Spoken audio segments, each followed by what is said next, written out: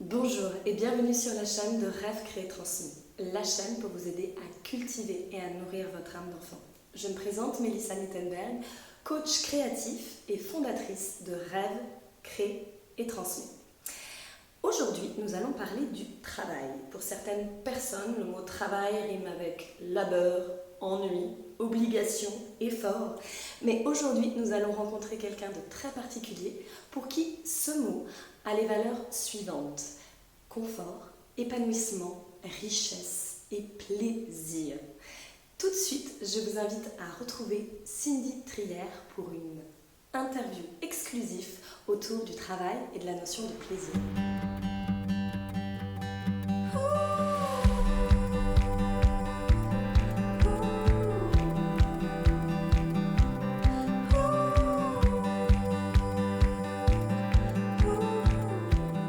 Cindy, bienvenue.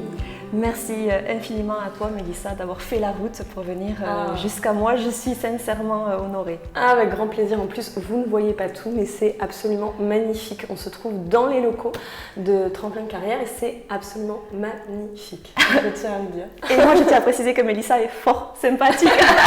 Merci pour ce gentil Ça ne commentaire. gâche pas tout, c'est très bien. C'est très sympathique. Alors, Cindy, les gens ne te connaissent pas forcément, donc du coup, je voulais parler un petit peu plus de toi. On s'est rencontrés à une autre occasion lors d'un séminaire. Tu as cette particularité, moi ce qui m'a beaucoup touchée dans ton histoire, c'est que tu avais déjà ce rêve de pouvoir créer ta propre entreprise à l'âge de 17 ans et tu es passé vraiment à l'action à 27 ans. Tu as un site absolument magnifique que je vous invite à voir. On mettra le lien sous la vidéo pour que les gens puissent aller voir, où tout de suite on rentre dans le cœur vraiment de ton métier.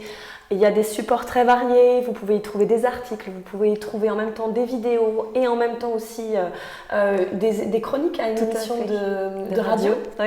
Donc on en reparlera tout à l'heure, mais moi c'est ça que j'ai trouvé fort. Comment est-ce que ce rêve a démarré et surtout c'est quoi ton cœur de métier ? Vous dites quelle jolie présentation. Merci beaucoup, Mélissa. Comment tout a commencé? Eh bien, de manière très simple. J'étais quelqu'un de très passionnée, j'avais besoin de donner du sens à mon métier, j'avais besoin de me lever le matin et de savoir pourquoi je le faisais. Or, les 10 années qui ont précédé la création de cette entreprise qui est Tremplin Carrière, j'ai connu une succession d'aléas professionnels qui sont le lot de beaucoup de gens, qu'il s'agisse du chômage, qu'il s'agisse d'un licenciement, qu'il s'agisse du harcèlement ou même de la mise au placard. Ce sont autant d'éléments douloureux qui m'ont beaucoup poussé dans mes retranchements, qui m'ont fait beaucoup de peine, qui m'ont beaucoup heurté, et j'avais véritablement à cœur que de prendre le contre-pied de toutes ces expériences douloureuses pour faire en sorte qu'à mon humble niveau, je sois capable de trouver un axe, une manière de faire pour transmettre avec passion comment faire pour réussir sa vie professionnelle au-delà des aléas. Et c'est ainsi que l'entreprise, elle est née.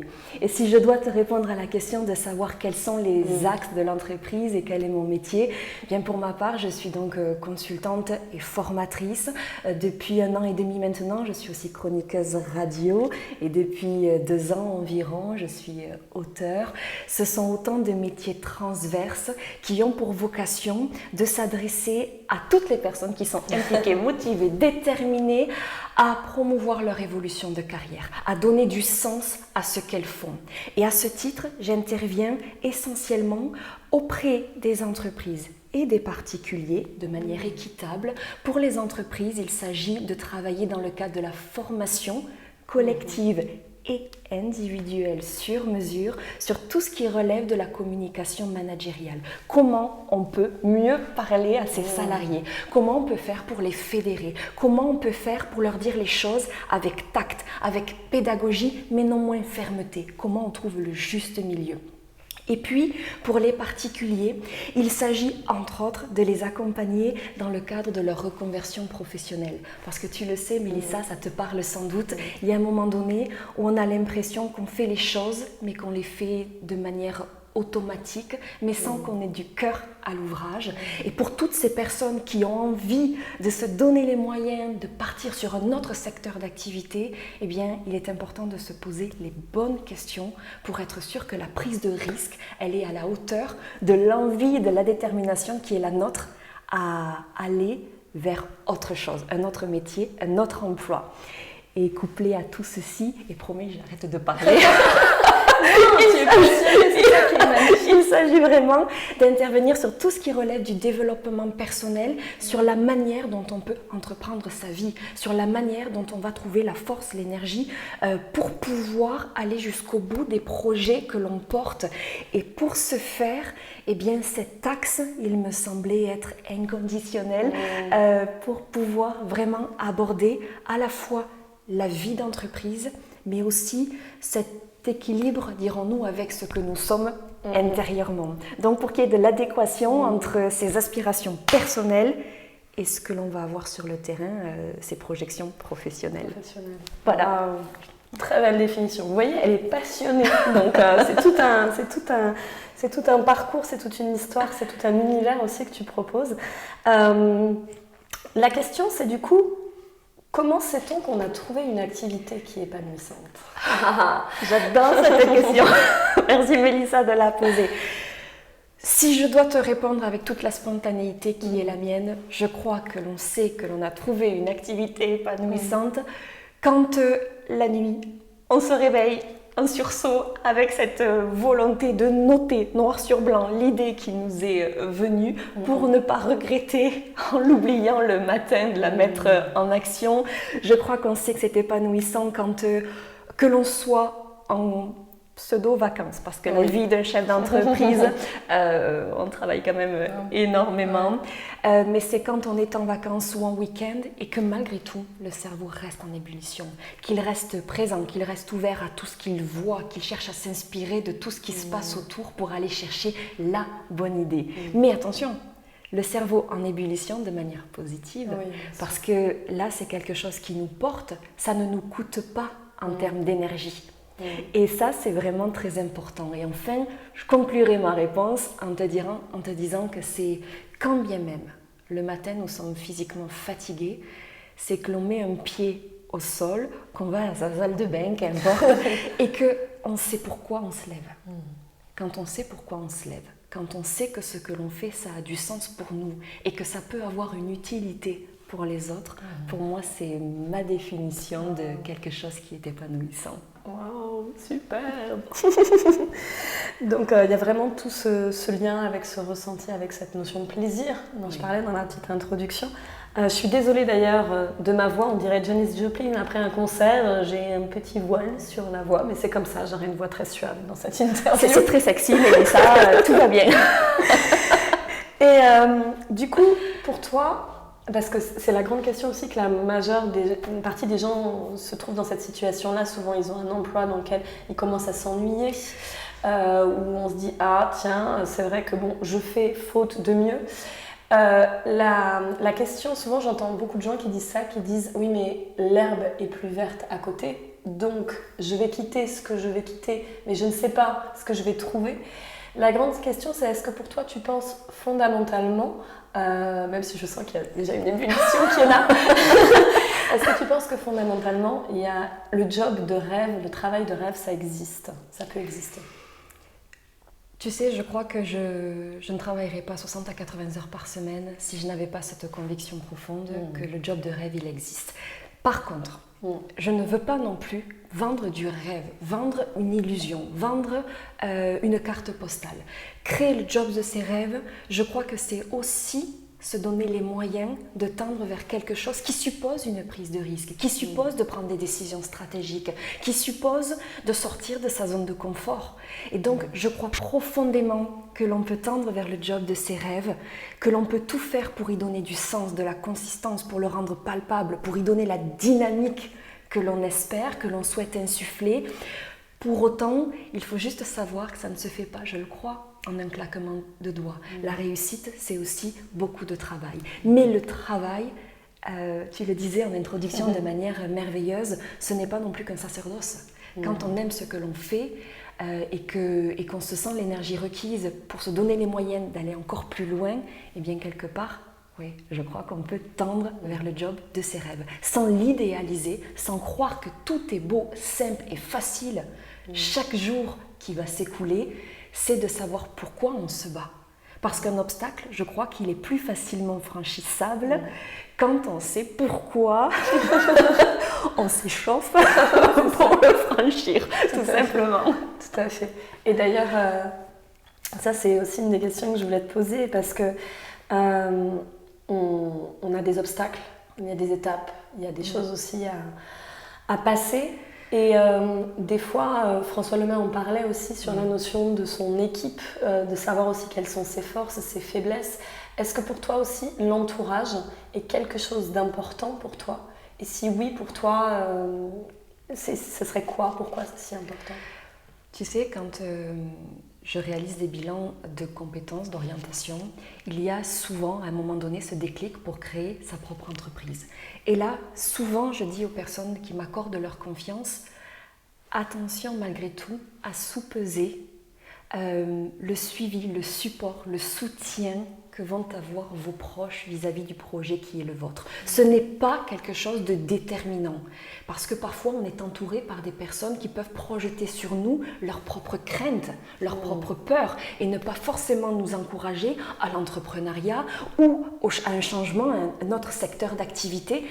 Pour autant, pour moi, c'est de rappeler que c'est nécessaire avant toute chose de... Non, je suis désolée, c'est quelque chose qui me tient beaucoup à cœur. Alors pardonne-moi pour l'émotion que ça génère. Les proches, oui, ils sont importants parce que parfois on doute de nous, on peut avoir un problème d'estime de soi, ce qui a été le mien pendant des années. Et au moment où je te parle, il est en train petit à petit de se réguler. Mais d'avoir toujours su que mes parents, par exemple, même s'ils ne cautionnaient pas immédiatement le projet d'entreprise parce que ça leur faisait peur que leur fille se lance dans cette aventure-là, ils ont toujours cru en moi, toujours cru en le fait que j'étais capable de me battre pour honorer mes rêves. Je dois à ce titre un immense merci à ma petite sœur qui, bien qu'on ne se voit pas tous les jours, va tester mes supports, va tester mes formations, va communiquer sur ce que je réalise parce qu'elle croit en moi et c'est tellement précieux. Et je dois même te dire, Mélissa, je parle très peu de ma vie privée parce que je pense que c'est important de ne pas tout mélanger, mais je voudrais en profiter pour te dire aussi que j'ai la chance incroyable d'avoir un mari qui a toujours cru en moi. Grâce à lui, j'ai pu reprendre mes études à l'âge de 27 ans. Depuis lors, ça fait 5 ans, un peu plus de 5 ans que l'entreprise est créée.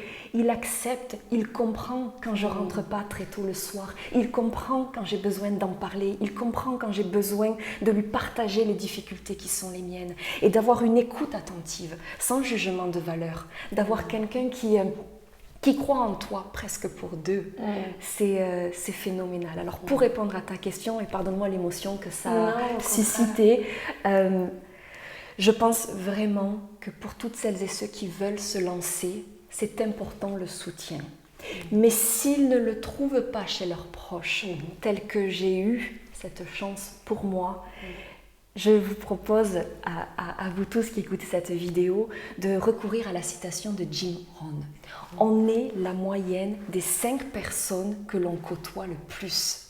C'est une citation extraordinaire qui a eu un écho très positif pour moi. Qu'est-ce que ça veut dire? Si on regarde autour de soi, s'agissant du statut, du choix familial, des revenus, du type d'emploi, on se rend compte que notre cercle tout autour de nous, et bien si on fait la moyenne de tous ces paramètres que je viens d'évoquer, et bien finalement on se trouve à peu près au milieu.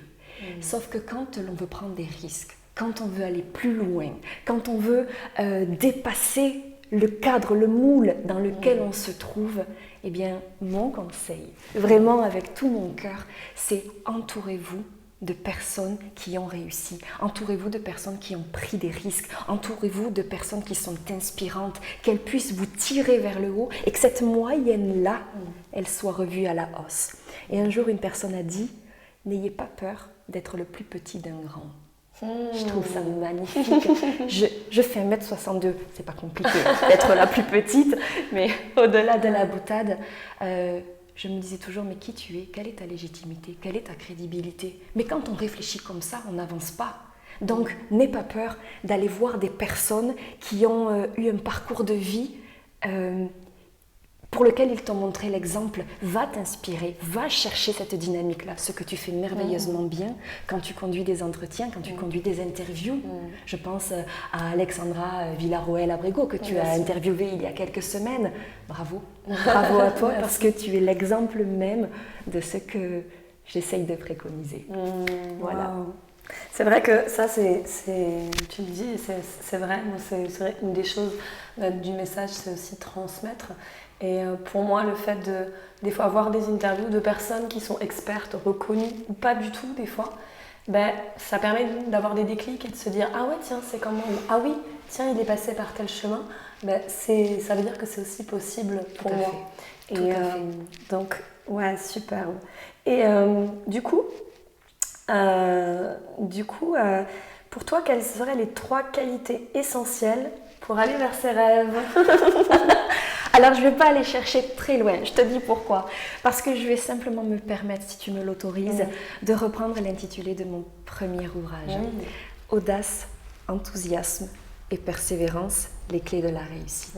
Pour moi, ces 3 mots sont des mots-clés qui me portent au quotidien. Pourquoi l'audace? Parce que entreprendre sa vie, c'est, on le disait tout à l'heure, sortir de sa zone de confort, prendre des risques qui sont mesurés, mais qui restent des risques. Il faut pouvoir composer avec ses peurs, il faut pouvoir accepter de relever de nouveaux défis, d'accepter de nouveaux challenges. L'audace, c'est trouver quelque part le courage de sortir de son quotidien pour essayer d'aller plus loin. Mais ce n'est pas suffisant, je crois, pour moi, parce que l'enthousiasme, je crois que c'est fédérateur, c'est communicatif.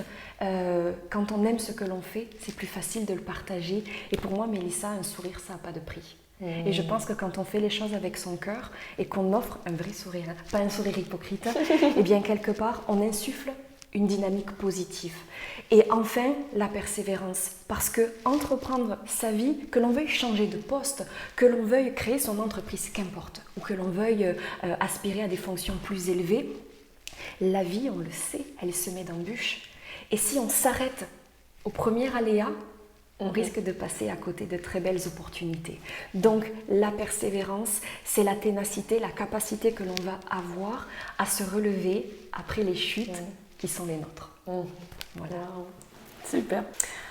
Alors, un autre point qui est important, on en a parlé tout à l'heure toutes les deux, beaucoup. Moi, je suis en lien avec beaucoup de mamans. L'idée, c'est de pouvoir aussi inspirer les femmes parce que, à l'heure actuelle, quand on veut être femme, entrepreneur, certaines sont mamans en plus, ça rajoute un peu une couche. Et des fois, c'est compliqué. C'est compliqué de pouvoir faire face à tout ça. Du coup, quel serait, toi, ton conseil? Et puis, est-ce que c'est possible d'être, à l'heure actuelle, enfin, tu en es la preuve vivante, d'être femme aussi entrepreneur, ou tout du moins d'avoir son projet, et en même temps de concilier sa vie professionnelle et tout ça? Est-ce que c'est possible? Et puis, toi, quel serait ton regard? Et est-ce que tu pourrais transmettre aussi aux mamans qui nous écoutent Alors, déjà, pour répondre à ta première question, je crois que c'est pas parce qu'on est une femme qu'on ne peut pas réussir. Je n'ai aucun discours féministe, je suis vraiment très, très ouverte et très dans l'équilibre, dans la manière dont je me positionne. Mais je crois qu'aujourd'hui, en dépit des discriminations, en dépit des a priori, en dépit des préjugés, en dépit du regard que l'on peut porter sur une religion, sur une appartenance, sur une culture, on peut, je le crois, en tout cas dans la société dans laquelle nous vivons, là au moment où on se parle, je crois qu'on peut être une femme et qu'on peut réussir. Et réussir, qu'on se le dise déjà, c'est pas forcément une question d'argent. C'est réussir pour moi, c'est la capacité de pouvoir atteindre un projet dans lequel on croit. Tout simplement. Pour moi, c'est la réussite, ça en passe par le sens, ça en passe par la notion d'épanouissement, de plaisir dont tu parlais tout à l'heure en introduction. Maintenant, à la deuxième question de savoir si on peut être dans la réussite en tant que femme et en tant que maman, là c'est pour moi un peu plus difficile de te répondre parce que je ne suis pas maman. Mais je peux peut-être me permettre de de te donner un regard neutre et objectif, eu égard aux clientes qui sont les miennes. Je dirais que 80-90% d'entre elles sont des mamans. Et bien sûr qu'elles peuvent y arriver, bien sûr, et elles me le démontrent systématiquement à l'issue des accompagnements. La seule chose, tu parlais de couches, c'était un jeu de mots sympathique, bravo Mélissa. Mais il y a c'est vrai, quand même des paramètres connexes à prendre en compte. Il faut aussi pouvoir concilier sa vie familiale et il y a aussi des responsabilités qui sont d'une nature importante et qui font qu'il faut pouvoir composer avec un emploi du temps, qu'il faut composer avec les petits bobos et puis qui peuvent arriver aux enfants qui sont les nôtres. Donc c'est une réalité. C'est une réalité que devenir chef d'entreprise ou que monter en compétence dans la vie professionnelle, ça suppose parfois de faire des heures supplémentaires, ça suppose même parfois de ne pas compter ses heures, ça suppose d'avoir une souplesse quotidienne et ça, c'est pas forcément évident. Ce n'est pas parce que ce n'est pas évident que ce n'est pas possible. Tu en es là encore un bel exemple. Donc, si je devais donner un conseil à toutes les femmes et à toutes les femmes mamans qui veulent entreprendre leur vie, qui veulent tendre vers l'aboutissement de leurs rêves, prenez le temps de poser carte sur table pour vraiment rendre concret votre projet. Mais ne laissez personne choisir à votre place. Ne laissez pas les peurs des uns ou des autres vous dire que c'est pas possible. Laissez presque votre petite voix intérieure.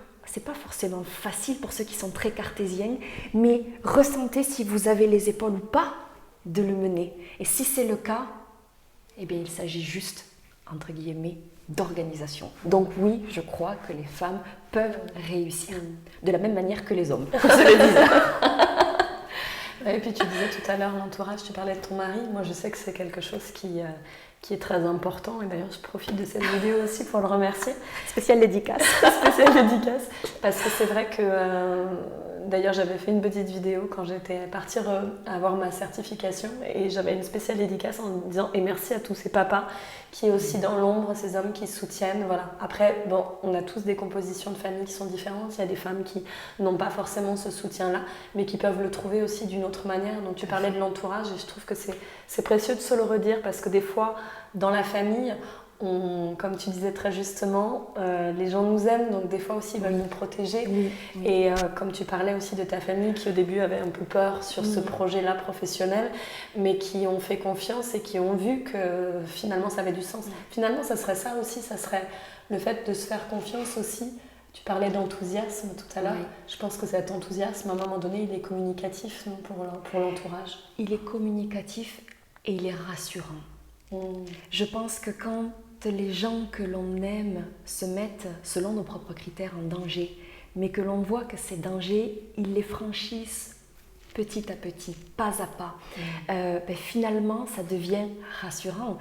Aujourd'hui, 5 ans après, mes parents ne se posent plus la question de savoir si l'entreprise fonctionne ou pas. Ils savent que rien n'est acquis et j'en suis que trop consciente, mais ils voient que je suis heureuse, que j'ai trouvé mon propre équilibre à moi. C'est-à-dire que l'équilibre, il est propre à chacun. Mais pour moi, c'est de pouvoir m'épanouir au-delà de la difficulté. Donc, je suis tout à fait d'accord et je voudrais juste me permettre de rebondir sur quelque chose que tu as dit. J'aurais voulu le sortir à la première parce que tellement je suis d'accord avec ce que tu dis. Je crois que quand on fait des métiers où on est sous la lumière, entre guillemets, des projecteurs, je crois qu'on ne brille que parce qu'on a des gens dans l'ombre qui nous soutiennent, qui sont là, qui sont présents et qui, en cas de doute, nous poussent avec bienveillance. Et petit clin d'œil de la même manière à mes amis, des amis très proches qui savent quelles sont mes forces, qui savent aussi ce que sont mes faiblesses et qui vont toujours être dans ce soutien bienveillant. Et je pense que c'est un mot pour moi qui peut être parfois galvaudé, mais alors j'y mets tout mon cœur en l'utilisant parce que je crois que c'est ce qui nous pousse et nous encourage à franchir le cap. Reste qu'on doit en être l'initiateur. Oui, très beau. Et du coup, sur ces mots, je pose toujours à mes invités cette question sur rêve, crée et transmet. Avec ces 3 mots, comment ils résonnent pour toi ? Quel sens ça a pour toi ? Magnifiquement bien. magnifiquement bien. Rêve, c'est avoir l'opportunité, l'autorisation de faire travailler son imaginaire, d'aller s'inspirer, d'aller piocher de ci, de là, pour faire ou transformer quelque part une carte postale en quelque chose qui nous correspond. C'est se coucher le soir et projeter des choses. On ne sait pas si ça va marcher, on n'en a pas la moindre idée, mais on le visualise dans un coin de notre tête. Donc, rêver, c'est super. Et ça ne veut pas dire qu'on n'est pas terre à terre. Rêver n'empêche pas d'être aussi cartésien, d'être aussi mesuré dans ses choix. Mais rêver, c'est s'autoriser pour moi à voir grand, à voir loin, à voir coloré. Et après, tu utilises le mot créer. Wow. Pourquoi ? Parce qu'une fois qu'on a rêvé, visualisé la chose, de pouvoir la rendre palpable, consistante, de faire en sorte que ce soit concret, qu'on puisse le toucher du doigt, mais c'est exceptionnel. Et enfin, tu utilises le mot transmet. Ben, je ne sais même pas que te dire parce que c'est mon leitmotiv au quotidien. Créer des choses, les rêver, les imaginer, les créer pour les partager, pour les transmettre, pour les communiquer. Quand j'interviens dans le cadre de la formation ou quand j'anime une conférence ou un séminaire, c'est de pouvoir faire en sorte que de passer l'information pour que la personne en face puisse la recevoir du mieux possible pour que ça puisse impacter positivement sa vie. Donc, ces 3 mots, j'aurais voulu les trouver moi-même. Je trouve qu'ils sont très beaux et bravo pour ce choix-là. Ah, je suis touchée de voir qu'il résonne aussi avec toi avec autant de force. Et je suis d'ailleurs à chaque fois touchée de voir aussi mes invités en résonance. Bah, après, on ne les choisit pas par hasard non plus. On est d'accord, on ne va pas se le cacher. Alors justement, j'ai pris là les ouvrages. Donc les ouvrages qu'on peut retrouver sur ton site. Tout à fait. Donc tu as parlé, le premier c'est celui-ci. Hein. Exactement. Donc tu as parlé audace, enthousiasme et persévérance, les clés de la réussite. Donc celui-là, on peut le trouver aussi sur ton site. Tout à fait. On peut le trouver sur le site, on peut le trouver sur Amazon. En tout cas, cet ouvrage, il retrace pour partie toutes ces expériences chaotiques dont je te parlais en début d'interview et il enchaîne sur toutes les astuces, les recommandations pour faire en sorte de percevoir le verre à moitié plein plutôt qu'à moitié vide. Ce sont des choses très pratiques et il n'y a pas un seul de ces conseils qui n'ait pas été testé au préalable. Je n'écris rien, je ne communique rien sans avoir vérifié si c'était fonctionnel et utile et que ça ait une résonance favorable. Super. Et ce deuxième, la nouvelle vision du succès, comment décider de sa réussite? Là, c'est comment on devient pas moins qu'acteur, moteur et décisionnaire de sa propre vie. Bien sûr qu'il y a des paramètres tout autour sur lesquels on n'a pas d'impact, mais je crois fondamentalement, ce n'est qu'un point de vue, qu'on peut travailler sur les mécanismes, les rouages de notre cerveau. On peut tenter d'apprendre à se parler, à communiquer, à structurer ses phrases, à avoir un comportement qui va être beaucoup plus enclin à tendre vers du positif plutôt que vers du négatif. Ce livre est un véritable condensé d'un travail de recherche très important qui vient dire en des mots plus simples, parce que ce n'est pas forcément toujours facile d'accès, comment on peut prendre sa vie en main. Donc ces deux ouvrages, l'un avec l'autre, avaient vraiment pour vocation de mettre des mots pour tous ceux qui ont une mémoire plutôt visuelle, pour pouvoir le retrouver, s'en imprégner et le laisser sur un coin de la table de nuit. Yes, super. Donc ça, comme on a dit, c'est pour les personnes qui vont être peut-être plus visuelles. Il y a plein d'articles aussi qui sont sur ton site. Donc si les personnes aussi veulent lire des articles au niveau des thèmes que tu abordes, tu as aussi des chroniques vidéo aussi pour ceux qui préféreraient voir des vidéos. Donc là, c'est possible. Et puis ce partenariat avec la radio, ça c'est super chouette. Alors ça, c'est quelque chose vraiment d'extraordinaire et puis j'en profite pour saluer BFM 930. Je suis toujours très très bien accueillie. Oui, en fait c'est un partenariat qui s'est fait tout naturellement. C'était dans le cadre de la promotion de ces ouvrages-là. Ils m'ont invitée avec beaucoup de gentillesse. Le contact est passé immédiatement et ils se sont dit on parle de beaucoup de choses à la radio mais pas forcément de choses choses qui peuvent avoir vocation à accompagner tout aussi bien les salariés que les chefs d'entreprise. Et si on crée des chroniques de 3 minutes en moyenne pour que chaque semaine, il y ait une petite capsule d'inspiration pour permettre aux uns et aux autres de venir puiser de l'inspiration et des recommandations qui sont toujours très fonctionnelles. Super. Bon. Et du coup, est-ce que tu aurais, c'est quoi ton actualité du moment? Bonne question.